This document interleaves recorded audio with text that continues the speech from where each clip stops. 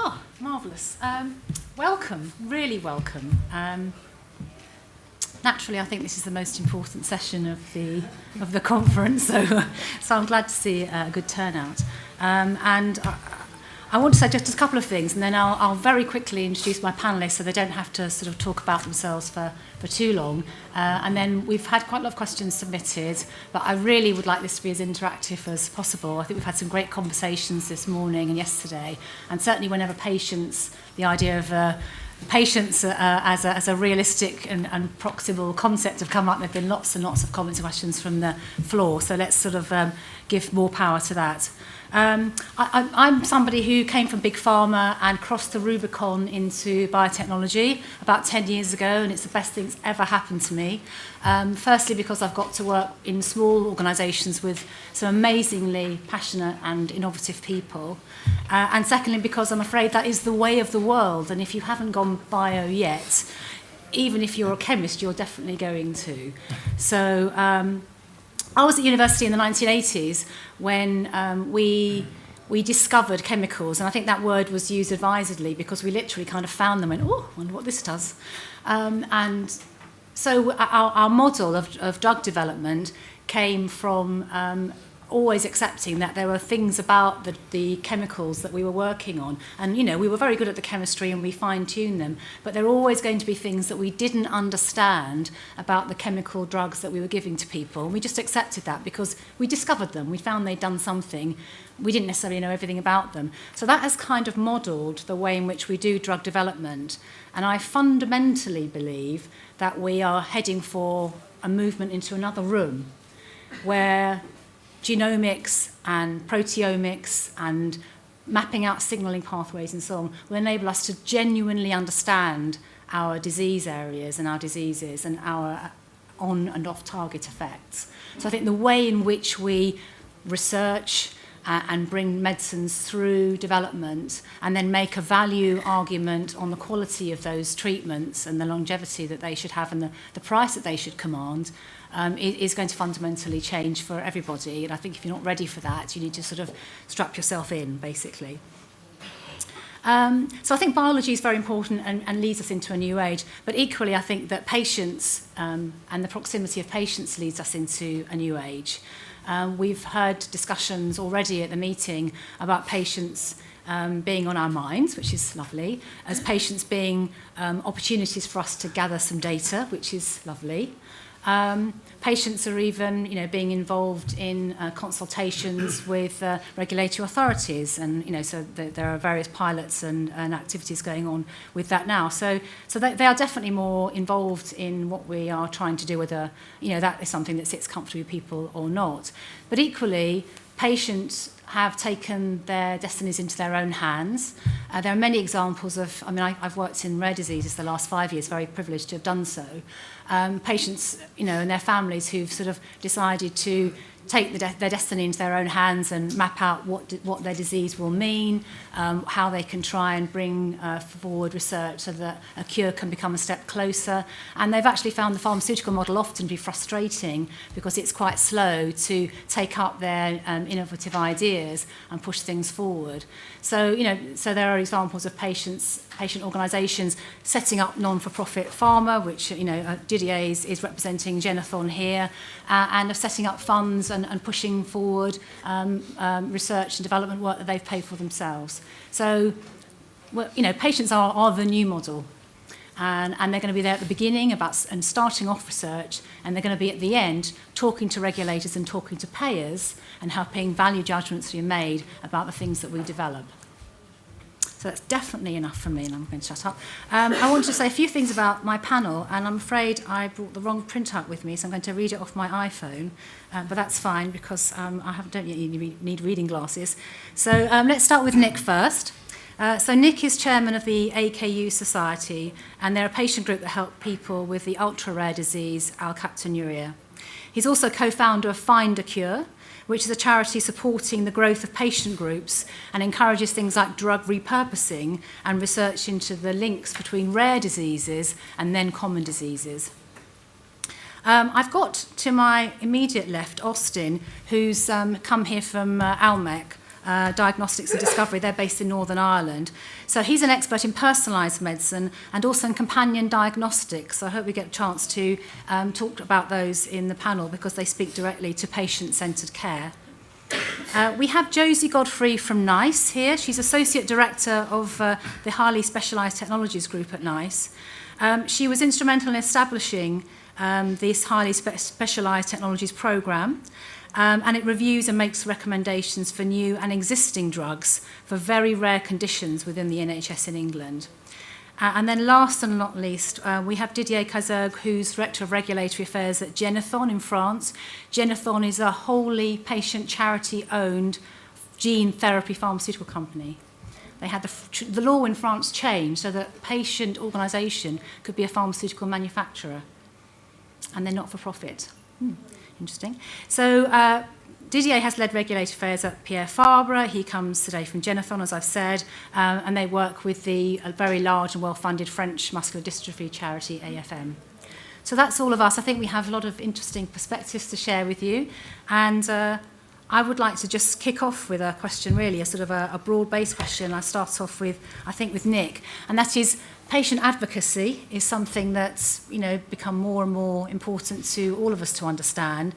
Can you help us to sort of give your perspective on why you think patient advocacy should be important to pharma executives?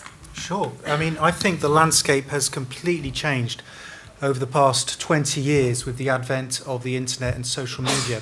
If you think about it, 20, 25 years ago, as a patient group, how did you interact with patients? How did you actually get to speak to them, and how did you bring them together? Well, you had newsletters, print newsletters, you had telephone, you might have had the odd meeting or whatever. But now everything has changed because we can actually identify, recruit, motivate patients, do PR and all that much faster than actually most pharma companies. Because most pharma companies, from my understanding, having not worked in industry, but things are actually quite slow when it comes to communications, when it comes to patient recruitment, when it comes to all these things. And so that's why I think we're actually far ahead of the game when it comes to that from patient advocates' point of view. Secondly, I think that patient advocates are increasingly educated, increasingly know a lot about their disease and actually what they're trying to accomplish. So I think they become kind of equal partners. I'll give you an example. There's my kids have got a disease called black bone disease, or alkaptonuria, and we set up a consortium with a pharma company called Swedish Orphan Biovitrum, with universities, with Liverpool University and Hospital. We set up clinical trial centres in France and Slovakia, in the UK. We recruited patients from around Europe. We set up patient groups around Europe, in the Middle East and the US and all that. And what we actually found, particularly nowadays because of the kind of new media, is that it was much easier for us to do these things actually than it was necessarily for industry or for the academic groups. So I think there's a very strong argument for having patient groups as a full partner in any drug development program. Yeah, no, that's a good point. Josie, you've actually, you do a bit of a roadshow, don't you, helping to talk to patients, especially rare disease patient groups who, talk to your own technology assessment group. But what are you trying to achieve when you go and do those interactions? So, as you say, Adina, I try to talk to patient groups as much as possible, working with some of the umbrella patient groups in the UK, so Genetic Alliance and Specialised Healthcare Alliance, because that enables us to reach many, and there's only one of me and an awful lot of patients, which is fantastic. We're really trying to make sure that people understand what the different roles are of the different organisations. I say the same thing, I suppose, to industry as to patient groups, which is marketing authorization. The license is not the end of the journey. It's getting it to patients and getting it to the right patients. So, don't forget about NICE, don't forget about HTA until, you've already finished your phase 3 trials. Talk to us early, make sure we know what's coming. So whether it's NICE or a commissioner, we need to understand what's coming up, and we need to understand the benefits to patients of a product. So the science is great, but frankly, as a previously as a payer and an HTA body, I don't really care about a 6-minute walk test because it doesn't tell me much about what's happening to patients' lives when they take a new treatment. I care about that quality of life, and that's the value we have to understand. And you can't get at that unless you're talking to patients. You can't understand what real benefit your product might deliver unless you're talking to patients right at the beginning. So. Actually, I mean, do you think that that means that, you know, the development needs to be attacked in a different way to fit with, you know, the way that you need to assess? So obviously we're only talking about UK and England and Wales here, because that's, you know, where your remit lies. But well, I think it's less. I mean, the assessment would be a byproduct of doing things differently, but the real beneficiaries would be patients, getting treatments, getting technologies that are actually meeting their needs and not trying to fit themselves around what is presented to them. So I would say, you know, would you design a car? Would you design a, you know, if you didn't know anybody wanted it? And that's, I don't work in industry, but to my mind, it doesn't make sense to go so far down a road of developing a product before you've actually found out what people want and need. Yeah, okay, very good. Didier, can I ask you a question? Yes. On behalf of AFM, so I hope you can answer for, or for on behalf of Genethon. Why was a company established rather than being able to work with the industry that already existed? Why did Genethon come into being? We need to make a little story. In fact, when AFM was created, AFM is a French association against muscular dystrophy. In the year 60, nobody was looking for these diseases. There's no diagnostic available, so the children die. And then a group of parents would like to work together and to develop something. And at the beginning, they worked with clinicians, and they see that the clinicians even have no power and no possibility to make research for this. So they decided to create their own structure. And based on that, they import for the US something called Téléthon. And Téléthon, it's a 30 hours program marathon, a lot of local activities in French cities. And then last year, for example, we get 89 million euros. Okay, from these charity programs. And based on that, they create their own structure for R&D, and they also supporting for academic research. As an example, today there's more than 300 fundamental research programs, and more than 35 clinical trials ongoing. Not all of them as on gene therapy, but a global point of view. And then 10 years ago, they create some structure, Genethon, which is focused on gene therapy, and ISTEM with focus on cell therapy. And both of them are working on rare disease, not only muscular dystrophy, but global rare disease. And very recently, as you said, we have our own manufacturing, and we are today a pharmaceutical manufacturing agreed by the French agency under GMP conditions, everything. And of course, today what we want to develop our own product, okay? And this product to be available on the market as soon as possible for all the patients. Okay, this is a major point for us. And as examples, we have on gene therapy product 5 clinical trials ongoing, some in US, here in UK, and of course in France, and very soon in Germany, and focus on pediatric immunodeficiency, eye disease, and also, of course, muscular dystrophy. Yes, yeah. So my sort of, you know, understanding, broad brush, is that this is a group of people who said we want to do things differently, yes, and we want to focus on disease areas that are neglected, and so therefore we're going to do it ourselves. Exactly, yes. Yeah, yeah. And you know, now you have an established organisation there who's, you know, actually doing something, yes, significant. So. Yes, and we are structure, even if we are non-profit structure, we are exactly same structure as a pharmaceutical, yes, industry, yeah, with people focus, yeah, on research, development, regulatory affairs, clinicals, and productions. Yes, understood. Now, we've all been talking about therapeutics, and you know, I've been focusing on therapeutics, you know, all of yesterday as well. But you know, we have Austin here who can talk really more about companion diagnostics and how these different technologies can fit together. I mean, you know, I'm interested in the fundamental diseases, and we had a very interesting conversation, for example, about being able to use individual patient data to help to sort of repurpose and target what you're doing with, you know, using a companion diagnostic. Absolutely, and I mean, it follows on from what Didier said. One of the key things with rare diseases is correct diagnosis of the disease. And when we talk about patient groups, to give an idea, it's something I was thinking about earlier, Leroy Hood, who founded the Institute of Systems Biology, talks about the 4 Ps of medicine, which is predictive, preventative, personalised, and participatory. And when we talk about companion diagnostics, we're talking about prediction of response. We're talking about correct diagnosis of the disease.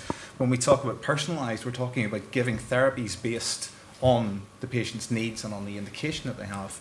And then the participatory component is this whole idea of patient advocacy groups becoming involved. And I think all of this links together to create what we would think of as true personalised medicine, where we'll be in a situation where we can correctly diagnose a disease, even if it is a rare or orphan indication, where we can identify what therapy can be given to that patient based on their molecular makeup or the specific form of the disease they have, and ultimately advance human health from that perspective. So would you regard patient advocacy groups as a stakeholder in the same way as you might regard an academic expert or a... Yeah, and I think that we have to. You know, we've seen this particularly in the world of companion diagnostics and personalised medicine. It's been the early pharma companies who first developed companion diagnostics worked very closely with patient advocacy groups to help the patient advocacy groups understand why they needed the HER2 test for the drug Herceptin. Because when Herceptin first came around for breast cancer, there was instant, huge news about this new breakthrough medication that had incredibly good results in breast cancer patients. And there was an immediate desire by patients to say, well, why can I not be given this therapy? And so it was realized early on that patients had to understand what the diagnostic was, and that there are certain subsections of the patients who can respond to the drug and a subsection who can't. And in fact, it's around 80% of patients can't even be given the drug. And so it's important to work with patient advocacy groups at a grassroots level and not just with clinicians or key opinion leaders to ensure that patients understand this new approach to personalised medicine. It sounds a bit multifactorial though as well. I mean, the idea that you become ill and you take one treatment, but it sounds like we need to be also educating folks that they need to be able to adopt the technologies that can help them to, produce more data, produce more diagnostic data, interact with their healthcare provider or the decision maker on their healthcare. And we've talked this morning about whether that should be remotely, using other technologies or face-to-face as well. So. Yeah, I think that's that whole component of the participatory part of this, where patients are participating in their own healthcare. Yeah. There's the quantified self idea, where patients are measuring their own data, where patient advocacy groups are understanding what that data means, and ultimately driving research to support that. And one thing that we touched on this morning was, someone made a point, well, we were all talking about using apps to feed back to pharma developers and to pharma companies and your healthcare provider. But actually, even those folks who are, are outside of the range of, the ages where you're happy to use an app, because there are, geriatric, patients and there are, paediatric patients too, all have caregivers. Yes. So it's really about the front end being as easy to adopt as possible for whoever it is dealing with the care. I mean, technology is definitely going to be a wave that comes along and changes our world a little bit. But what other sort of shifts do you think that the pharma industry, perhaps I'll start with you, Nick, needs to make to be able to allow patient-led innovations and patient-led assistance to have a beneficial effect on development? I think it's probably a cultural shift. So I think there's probably a need for a cultural shift, but also, because what we've seen, and again, it's just from our limited experience, but what we've seen is that there seems to be not necessarily a reticence, but yes, actually a reticence sometimes, particularly from the larger pharmaceutical groups, of actually engaging with patients. And that could be because of, there are certain codes of conduct that they need to follow. But also I wonder whether, just in their systems and their culture, whether the patient engagement is actually done, just kind of considered enough, fundamentally, really. And so I would, think that if there was a change of culture, a culture towards kind of accepting that the patients might actually have a very good understanding that they might actually have something to bring to the table, which is beyond just being ill, then I think things could actually move in the right direction. Josie, would you? Sorry, I was looking at the man waving his hand. Sorry, I'll come over this. So we were just saying, other things that pharma need to do differently, to, the obvious things that would help, so when they come to you, that that they've actually talked and consulted and are bringing the whole picture to you. Absolutely. I mean, I'm increasingly encouraging industry colleagues, and I talk to them to approach at least one HTA body for some early scientific advice. You might not want it from NICE, you might not want it from everyone, but at least talk to one of the European bodies, because we do want different things from regulators. And I think, Nick talks about a cultural change, bringing patients in, and I see it as well a cultural shift needing to think beyond that point of getting a license, beyond getting the tick from the regulators to getting the treatment to patients, to getting appropriate access. And we need to understand the disease, we need to understand the natural history of the disease, which in very rare conditions is often very poorly understood. The people who hold that data, that information, are typically the patients, and working without them by your side, you're not going to be able to present information about natural history. That's just for a start. Then you start looking at the impact of the treatment and how it fits within the current care pathway in any country that you're trying to get reimbursed. I mean, the patient has got to be, absolutely part of that discussion. We talk directly to patients, but we expect to see submissions from companies to also accurately reflect patient experience.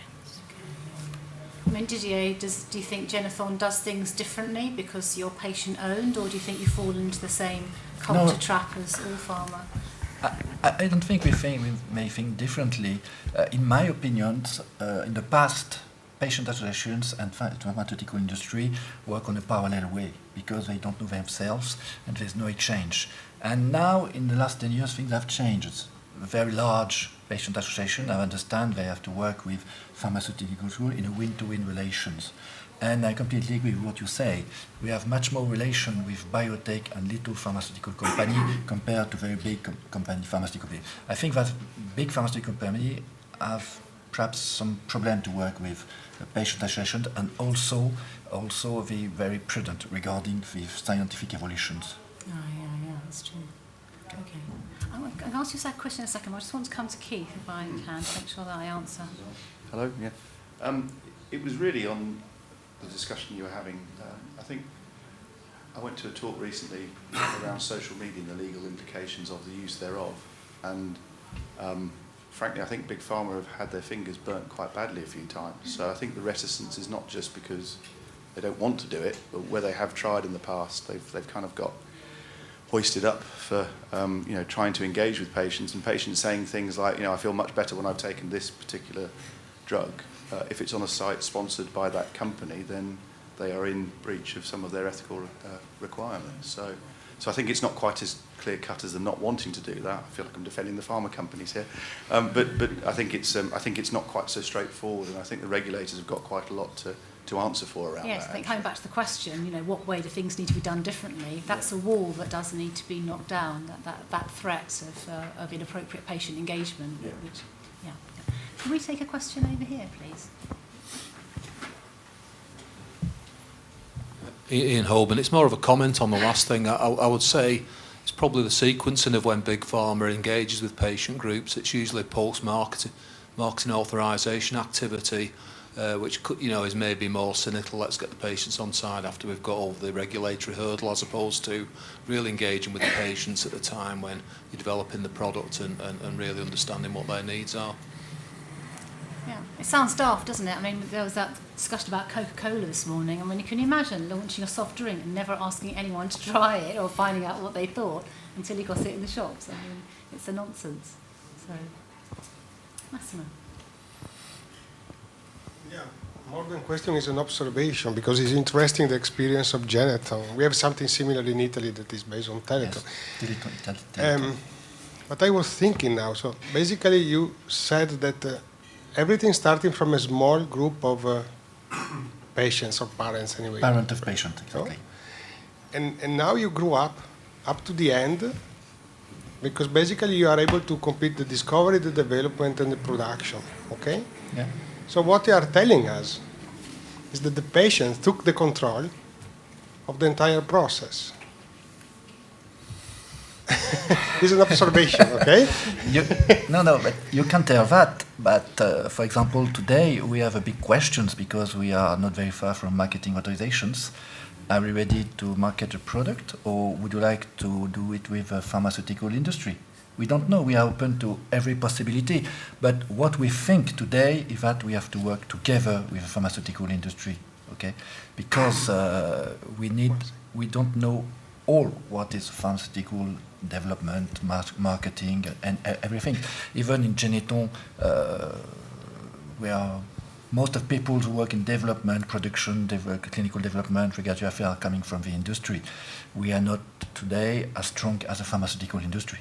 Okay, so commercialization is a big question for us. Are we ready to put a product on the market, or would like to do it with a pharmaceutical industry? I think we can do both, and we are open to every solution. But of course, you can take the controls of the production, but use development. But this is only for gene and cell therapy, because nothing would like to do it 10 years ago. No, absolutely. Nobody would like to do it 10 years ago. Intentionally, I'm stretching a little bit of the discussion. Absolutely, I see the point. But I mean, in some way, part of the answer would be, yeah, for us, okay, at least for this specific experience, was much easier to build, seems from scratch, the entire story than getting in contact with existing pharma companies. That's the point. I wonder if the existing pharma companies are ready to, move into gene and cell therapy with 2 feet. I mean, what do people here think? Does anyone have any experience of developing these in a big pharma context? I'm Gunter Busam from Novartis. I think Novartis takes a big step into that direction, cell and gene therapy. So in May there was a unit formed called Cell and Gene Therapy. I think there's the aspiration to be leader in that field. So we didn't start, let's say, 10 years ago, but we start off that one. So it's clearly recognized, and we liaise, I think, more with the small companies who has the experience and survived probably the last 15 years, because on this cell and gene therapy, I think this was a hype. Yeah. At one point, it went down. I think there was a lot of euphoria in the market, but I think it's coming back. And what I see right now in the press, in announcements, there's a lot of ongoing in the industry around cell and gene therapy.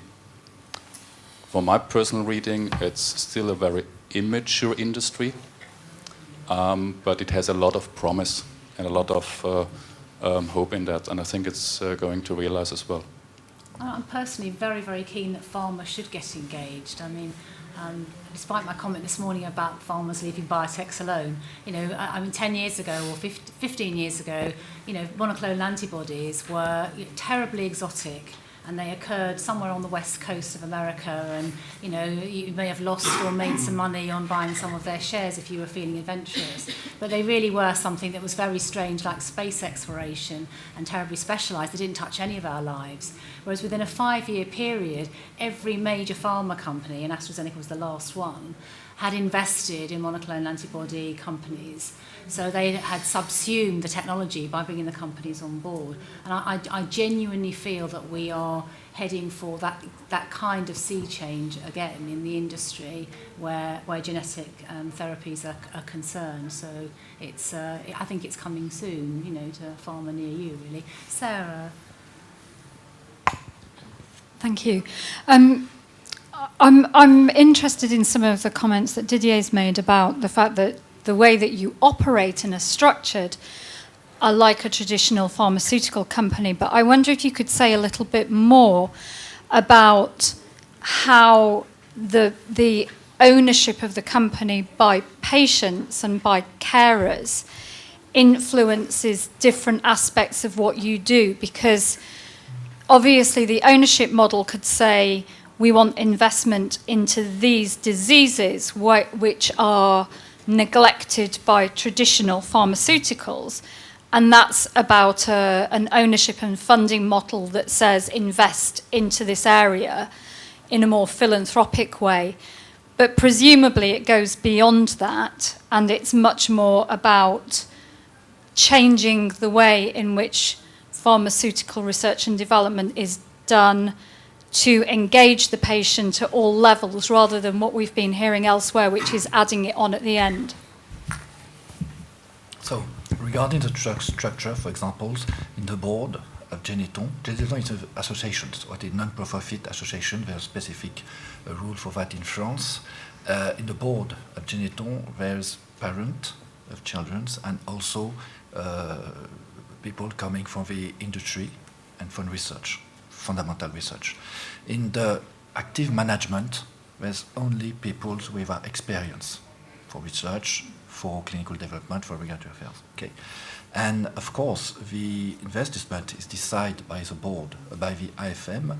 But regarding the research activity, it's much more open. In fact, in IFM, there is a structure who is supporting groups of research, fundamental research, okay? Even if it's not focused on muscular dystrophy, just to see if there's potential, okay? And there's plenty of programs, fundamental research, just support to see if there's a potentials, okay? Of course, when you come into developments, it's much more expensive, and we have money, but not a lot compared to some other pharmaceutical industry, so we are obliged to make a choice, okay? And this choice has been made on the vector we are able to know to produce. And there, for example, in manufacturing, we are able to produce some AAV and some lentiviral vectors for gene therapy. So we are focused on this program. So there's eyes programs, pediatric immunodeficiency, some disease for muscular dystrophy, of course, SMA, and also for liver disease.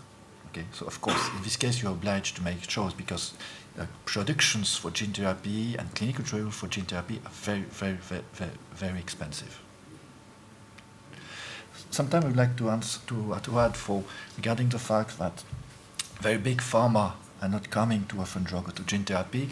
I think there's also the fact that there's a structure, okay, in the big pharma, and they are not keen to develop rare diseases. Because when you are developing a rare disease, you are not following the traditional programs. And even more, if you are in gene therapy, the program is completely different. And very often, you are in the position where you open the door when discussing with the authorities, and even more for EMA, because the guidelines don't go so fast as science. Yes. Okay? So I completely understand that in this position, biotech are more able to move and more quickly. And big pharma, even if they are interesting, but they have big structure and they are able to make traditional developments, Yeah. and this is not very well adapted to rare disease No, I development. think that's a very important role that we play. We're more willing to pick up the phone, and speak yeah. to somebody, at a reimbursement agency or EMA and say, Yeah. What do you think, and can we come and talk to you? Exactly. We don't, in biotech, we don't have reams of other products on the market, or we're not about to go and speak to the head of neurology and the FDA next week, and so there's no other risks Yeah. that we're taking. I think that's the advantage, if you want to call it that we have to do things differently. Yes. Another point that's also important is that the development that is made not only by Geneton, but in rare disease could be also very interesting for frequent disease. For example, if you are speaking about rare eye disease, this could be very interesting for age degenerations of macula. And the way we are working on AAV or lentivirus or gene therapy process could be also very interesting for not rare disease, like Parkinson's disease. Today in the US, there is being trials on Parkinson's diseases. So I think we have to think that new developments we are making for rare disease, new technology which is developed for rare disease could be very useful for frequent disease. Yeah, no, I absolutely. What I want to bring in here is Austin, because the opposite is also true. Pharma may feel, we can't do rare disease, in some cases, but you explained to me a very nice example of where a rare disease has come out of more common diseases because the companion diagnostics have been able to point out a particular patient subgroup. So. Yeah, and I mean, in terms of the pharma industry and where they stand, I think we are starting to see a bit of a shift from the traditional models, which is all patients being given the same drug, the blockbuster model. And I think a really good example of that is where recently Pfizer developed a new therapy for lung cancer, which is far from a rare disease. I mean, there's 500,000 patients in the US diagnosed every year. It's the largest, most common form of cancer. It's the most deadly form of cancer. But there's a specific genetic subtype within lung cancer where there's a translocation in a gene called ALK. Okay, and this is a very rare translocation. Probably between 1% and 5% of patients have this. But Pfizer recently actually developed a drug called Xalkori, which has incredibly good response rates in this incredibly small subset of lung cancer patients. So by the use of a companion diagnostic, i.e. looking at the actual translocation of the ALK gene, they've actually created an orphan drug indication within lung cancer, which is far from an orphan drug indication. And by this means, they're able to target a much smaller group of patients, but with a therapy that's much more successful. And even from a development perspective, that was put onto the FDA's accelerated approval program. It was brought through in less than 12 months with a joint approval of the drug and the diagnostic. And that drug is now in the clinic and working very successfully. So we're starting to see that actually more commonly. And even some of the clients we're working with, they're looking at rare lymphomas. They're looking at much more rare diseases where we are now running multiple trials in diseases that 5-10 years ago people weren't touching at all. Because there is pharma starting to recognize that there are these niches that they can target. And by using a diagnostic and having a companion product like that, they can develop a much stronger product for the patients. Yeah. And how did that come about? I mean, do you think that they're still relying on serendipity, or are they out there, genuinely sort of, looking at the genome and saying, where can we see particular places of interest where we can apply what we've already got? I think it's a combination of both. I think, as you said, there was the points about gene therapy earlier. 15 years ago, there was a real huge interest in gene therapy. Similarly, 15 years ago, there was a huge interest in genomics. Now that we've sequenced the genome, what new therapies will we come up with? And there was that initial plateau of interest, and then there were no products, no successes, and everyone thought, there's been a bit of a, that's not as much of a success as we hoped. But, the pharma industry does move slowly. And so the thing is that it's only now, 10 years later, that we're really starting to see these disease indications being focused on, these new targets being focused on, and these genetic mutations or changes that actually need to be analysed are now in the pipeline. Okay. Let's switch to sort of patient-owned data for a sec. There's been a number of discussions I've heard, here and previously about how patient ownership of data might be in the future. And clearly some enabling technologies are one level of the discussion. But I think, like it or not, patients are going to be able to at least have at their fingertips, if they want, their non-invasive biomarker data. It's theirs, it belongs to them. We have some barriers in the UK. People are very mistrustful of allowing their GPs to have electronic records. So there's a bit of kind of cynicism and fear barrier to get over as well. But I wanted to ask, and perhaps start with Josie, what do you think could be the first enablers to have patients come and say, we have, you talked about natural history data, for example, we have some data that could be useful to you. What in your dream might that data look like? Wow, fantasy world. I think about somebody I know, Christine Lavery, who runs MPS Society, and she's spent years working with patients, developing registries, developing really detailed understanding of in this case, lysosomal storage disorders, and it's a fantastic resource that we can call on. Basically, we kind of know where all the patients in the country are. So it's a great resource for us to be able to draw on what that patient experience is like, but a great resource for industry to be able to identify where trials could take place, to be able to find people to participate in research. So it's a sort of win-win. But the big challenge about ownership of data, I think I've found less of a hurdle in the rare disease space when there's no other treatment, because patients are so willing to take more risks, so willing to be more involved, that they're just desperate for people to take what they've got to offer. And so anything that can encourage that, I take on board comments about regulators and stuff. There are some blockers in the system. We can chip away at that, hopefully. Nick, what do you think? I think things are moving quite fast in this area. I'll talk a bit about our personal experience, which is on a number of fronts. One is, a couple of years ago, we set up an alkaptonuria community on Patients Like Me, and I think most of you have probably heard of Patients Like Me, but basically it's a series of communities where patients can actually gather data on their own condition. And we thought this was very interesting because we thought that, well, at last, because up until then, a lot of these online patient communities were narrative-based communities where people swap stories. And, there's only so far you can go swapping stories. But when you start to empower patients to gather their own data and to actually track over time how they're doing, things start to become very interesting. And not only that, but it allows us to export the data anonymously, so we can actually start to get an idea. I mean, obviously this is not like doing a registry, it's not like a clinical study or anything like that, but it does give you an idea. And also, the problems that you have is that some patients will go in every day and put in their information, others once a year, so there's all kinds of problems, with it. But it's still very interesting, and I think it's going to increase. The other area we have is using a company called Patients Know Best. Now, they all have similar names, which gets a bit confusing. But Patients Know Best is all about patient-controlled medical records. And this is very important because anybody who's had any experience in the NHS knows that there's no such thing really as confidentiality. I mean, it is, you go to the GP and then you go to the practice nurse and all your records are up there on a screen and everyone wandering by can see it. And you just kind of think, this is really not great. And what Patients Know Best do, and what we do with them, is that the patient is in control of their medical records. They gain control of them, and they then say which doctor, which GP, which nurse can actually have access to them and all that, and they can then revoke the rights. So it kind of puts really the patient at the centre, and it's all heavily encrypted and all that kind of stuff.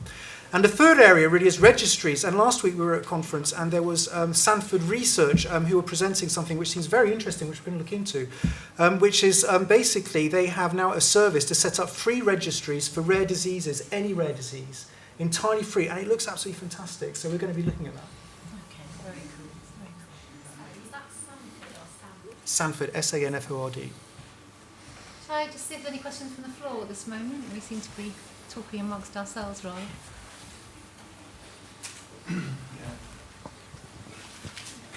Thanks.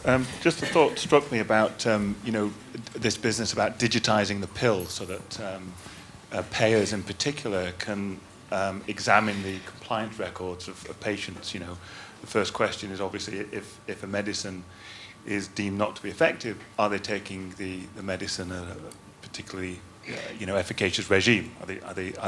Are patients holding their end of the bargain, so to speak? How does that really? Does that really clash with this idea of patients owning all of their information and data records, or is there a way that we can combine the patient's rights in that respect with the payer's rights in sort of providing that extra value proposition that additional compliance information will bring?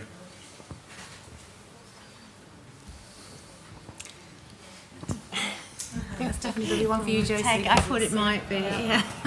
I guess my first thought is that I tend to flip it. If patients aren't complying with a treatment regimen, maybe it's not the right treatment regimen.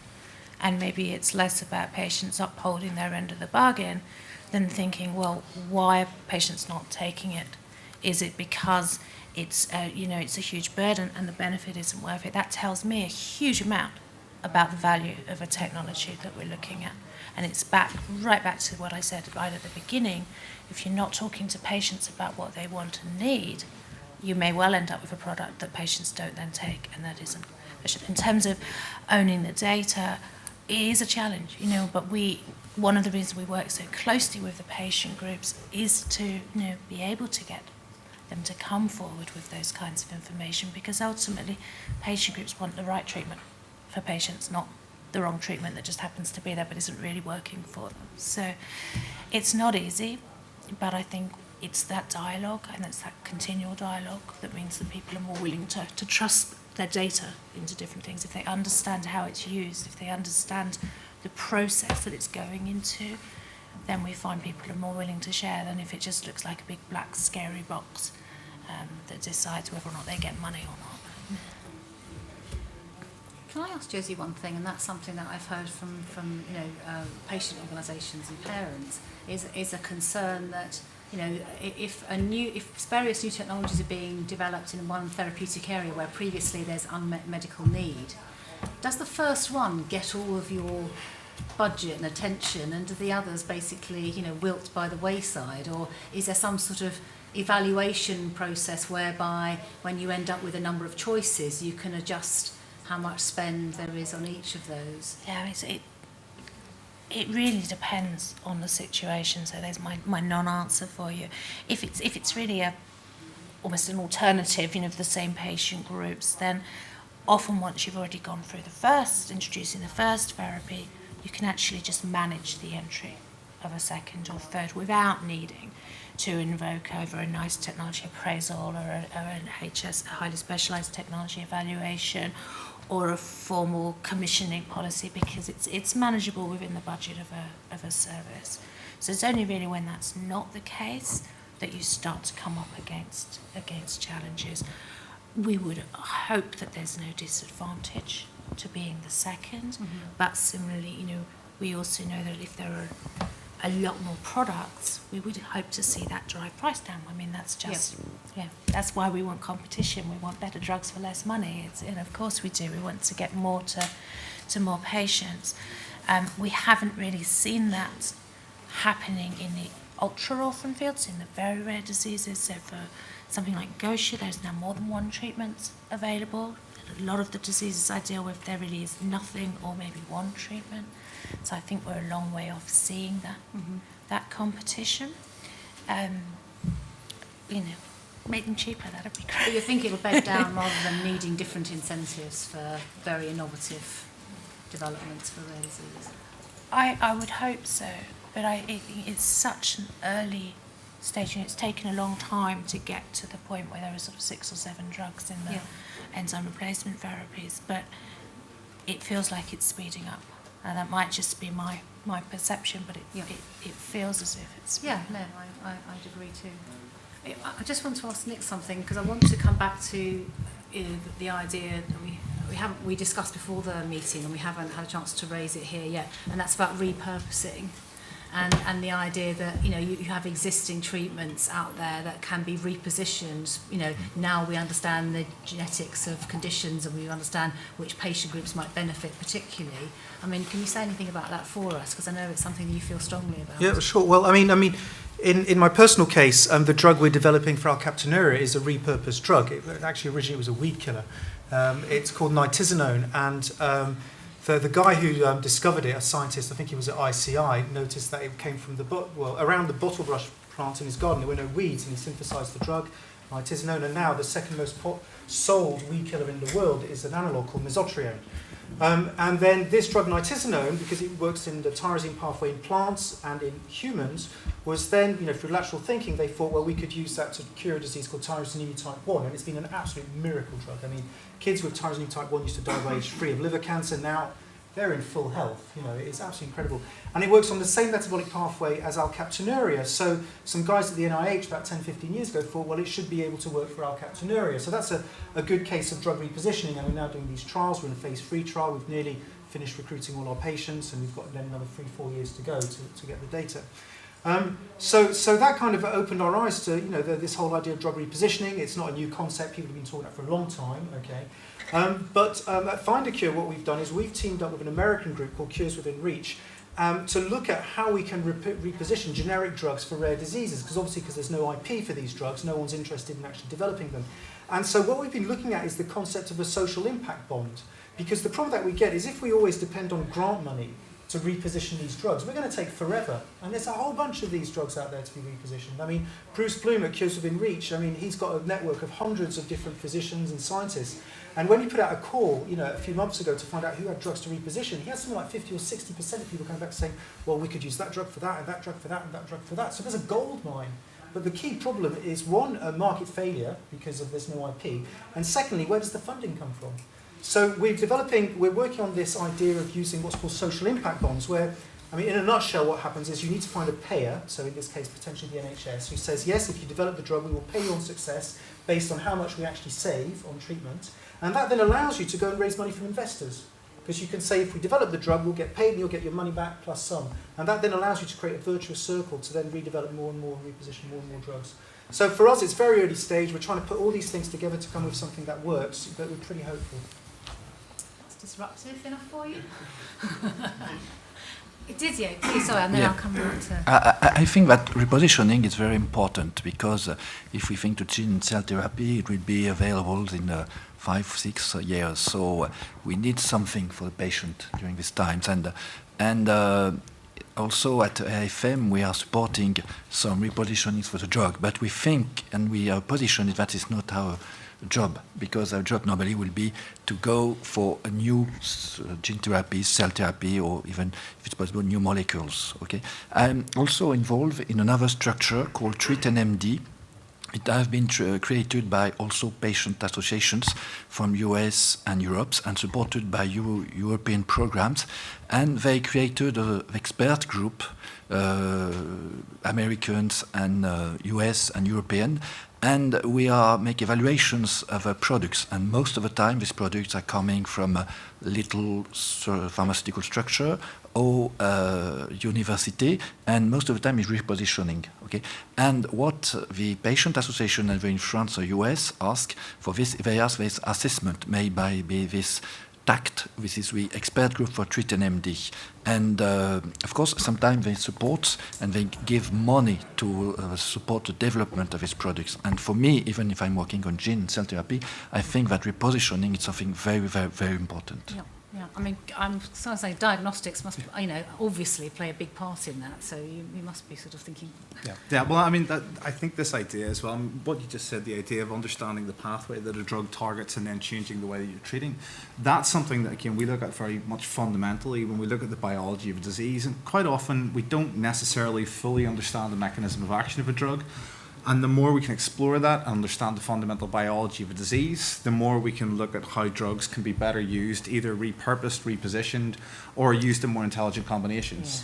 Yeah. So, target two different pathways within the same disease, and you've got chance of synergistic effects, as opposed to what may happen where you have a standard clinical trial, we're using standard of care with a DNA damaging agent and then adding a new DNA damaging agent to this as well. That's actually quite commonly happens in registrational trials. And so by understanding the actual basis of the disease, by understanding the molecular basis of the disease, it greatly increases your chance of giving successful therapies or, again, repurposing a drug that's already available. Yeah, but the model's got to exist, hasn't it? Yeah. Kerry, you wanted to ask a question, didn't you? Yeah, I was just curious because from a Genethon point of view, that it's a different ownership model and that it's led by patients, it's got that, new scenario. Is there a review process that looks at all the different things that you've got in clinical trial to see, in the end of the day, what patients want is treatments or cures, to see which ones maybe need to be pushed ahead or prioritized, which wouldn't necessarily happen in Big Pharma? It's a different process where, maybe something's quite far down the line, but something is looking more promising from behind that maybe needs to be prioritized. Is that taken into account in the model? Yes, in fact, we have a scientific committee of persons who are outside of Genethon, outside of IFM, who make an evaluations of our project at the end of the proof of concept phase. Okay. Then regarding clinical trials, the priority is given to muscular dystrophies because it's the heart of our associations. And secondly, we also choose some disease where gene therapy could have great success, because it's important, I think, today to show that gene therapy could be successful in some disease. In other disease, it will be complicated, but in some disease, it could be interesting for VIs. I think that we'd have in a very near future great success in paediatric or immunodeficiency, or which is immune deficiency. You can have also great success. So we have a sort of mixing, because muscular dystrophies are a priority, but also it's important to prove that gene therapy could work in some model diseases. Okay, but for the proof of concept, I say there's external scientific committee who is in charge. It's very important because for us, because most of our money are coming from the public. I mean, you ask a very sensible question, because in pharma that's privately funded, money and the likelihood of success is a very easy quantitative measure that we use to be able to look at our pipelines and do our portfolio prioritizations. But of course, if you're a not-for-profit and it's the science that's driving you along, then you need to look for some other kind of qualitative measure to use for the judgments on prioritisation, because time isn't necessarily the only factor. How long will it take and who will get there first? We're not running a race here, are we? I don't know if anyone's got any comments on that. But not-for-profit does present a few issues. Let me come back to the smaller patient groups, because Genethon really represent the very large end of the scale, and they're very different and unique, and that's why I'm very glad that Didier's here. But I mean, Nick, you're part of Find a Cure is to sort of help other patient groups to get themselves set up. And one of my fears is always that we're too granular. There's too many, broken up and disparate groups. But I can understand that if you are representing uniquely, a small disease area, that you have to have a voice. So what are you saying are the success factors that you would try to teach people who come to you and say, we want to form a patient association? Sure. I mean, the big problem we see is that as a patient group, we're all trying to reinvent the wheel because, I know that 10 years ago when we set up the AKU Society, we didn't really have much of a clue. I mean, I'm not saying we do more now, but we really didn't have a clue then. And what we didn't know is, how to raise funds, how to do a clinical trial, how to interact with scientists, how to interact with industry, how to recruit patients, how to motivate patients, what was a natural history, all these kinds of things. And even though the diseases are all very different, the challenges are all really the same. So what we're trying to do with Find a Cure, because we're often approached by patient groups, people saying, I want to set up a patient group, what do I do, and everything. So basically what we do is we're putting together a kind of curriculum through which they can go, and also a series of workshops, and we're just launching a peer mentoring program in 2 days on Friday, where we'll be matching up experienced patient groups with new patient groups to teach them all these things. I'll give you an example. One of the things that I really encourage patient groups is to go out there and meet with industry. I mean, for us, it's been incredibly beneficial meeting with industry. And what we explain to them is that unless you go and meet with industry, how are you going to develop treatments? It's great that you're working with scientists and with academics, but to be honest, they don't really have that much of a clue when it comes to the whole regulatory process and how to get a thing into the clinic. So we kind of teach them all these different things, and hopefully, then what we'll see is a patient group sector which has a much stronger capacity, which is much more professionalised and much more able to interact on an equal footing with all the different stakeholders. What about politicians and the government? I mean, aren't they also... Well, they are, but there are very good policy groups out there. In the rare disease space, we have Rare Disease UK, we have the Genetic Alliance. In Europe, we have Eurordis and all that. So they're doing great policy work. So us as Find a Cure, we've decided not to do policy work. Right, okay. But you're trying to sort of focus on how we focus on the hands-on, the real gap in the market, which was the capacity building, the training of these patient groups on kind of day-to-day mechanisms to improve themselves. I mean, people from patient organisations will often say to me with some frustration, why does it take so long? Why does drug development take so long? And, why can't some of the roadblocks be ridden over and accelerated? I mean, Elizabeth Froome always uses the analogy that, if you're driving your car down the road, you must drive safely and follow the rules. But if you've got someone who might die, you drive an ambulance as safely as you can, but you go faster. And does anyone have anything, that they can offer up as pointers for where is it that if you have an urgent and life-threatening disease for a small number of subjects and maybe you're repurposing, are there things that can be done to go faster? Are there new approaches that you could try? Nick Stevens. Hi, Nick. Hi. Yes, there are, but not very many. Whether there should be or not is a different question. I think if you think about drug development, there is a gap that you look for between efficacy and safety, and all drugs are poisons, right? And you accept a much narrower gap in more critical or life-threatening diseases. And I think especially in rare disease, it's sensible to use the science, but then to allow parents and patients to decide whether the risk is acceptable. I think we've moved into a different world now where those judgments can be made. The main reason why organizations don't do them is financial. It's the financial consequences of taking that risk are immense, but you're talking about very limited patient groups again. So there must be some way that you can, in effect, sign an insurance waiver and say, I have understood the science, I have understood this, my child will die without it, I'm prepared to take the chance. That there should be a mechanism for that in today's world. Do you feel that's the fundamental blocker to being able to do what you need to do? The Medicines Act was a wonderful thing, and it was done for very good reasons, but hasn't kept up with scientific progress or the understanding of risk. Yeah. And the desire, I think, to sort of, make progress on behalf of the community, the patient community that we're trying to address, I think, being much more knowledgeable now and wanting to take their destinies, by their own hands, I think is something that, when I look around the room, a lot of us, when we started out, that was something that, certainly we didn't learn at school, did we? So. I think that there's one thing I would mention there, that from the world of oncology, as you say, that there is a shift there. There is a different way of looking at things where in oncology there's no healthy volunteers in phase 1. We're treating patients from phase 1. And we're actually now running biomarker stratification studies for pharma clients for phase 1. So not only are they treating critically ill patients, they're actually using stratification to ensure that they're treating the right patients. So we're actually stratifying phase 1 trials, which is ultimately, from most of those trials that I've seen in progress, they're basically phase 1, phase 2 joint trials. And I think the overall objective from the clients is that they're actually not going to have a break. They're going to have adaptive designs, and they'll go from phase 1 through to registration in a single ongoing trial. It basically just expands with new cohorts. So there are different modifications that can be made that can get us there faster. Yes, I think you can do that and have less data points because you've got the same people. Exactly, yeah. If you have more precision Yeah. in your measurements and in your subtyping of the Exactly. subjects that you've got. Yeah. Yeah, very good.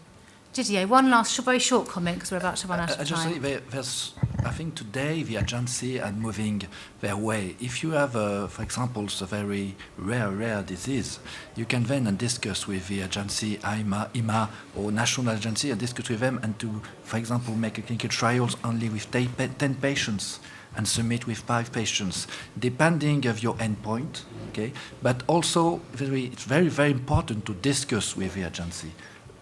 In the national agency where you have put your clinical trial, but also with EMA to discuss with them before you submit your dossier. Yeah. And in my opinion, if you have a very rare disease or rare disease, your clinical trial should be representative of your patient populations. Yeah. Okay, so if you have not a lot of patients, you can have very few patients in your clinical trial, and this is acceptable by the agency, but you have to discuss with them.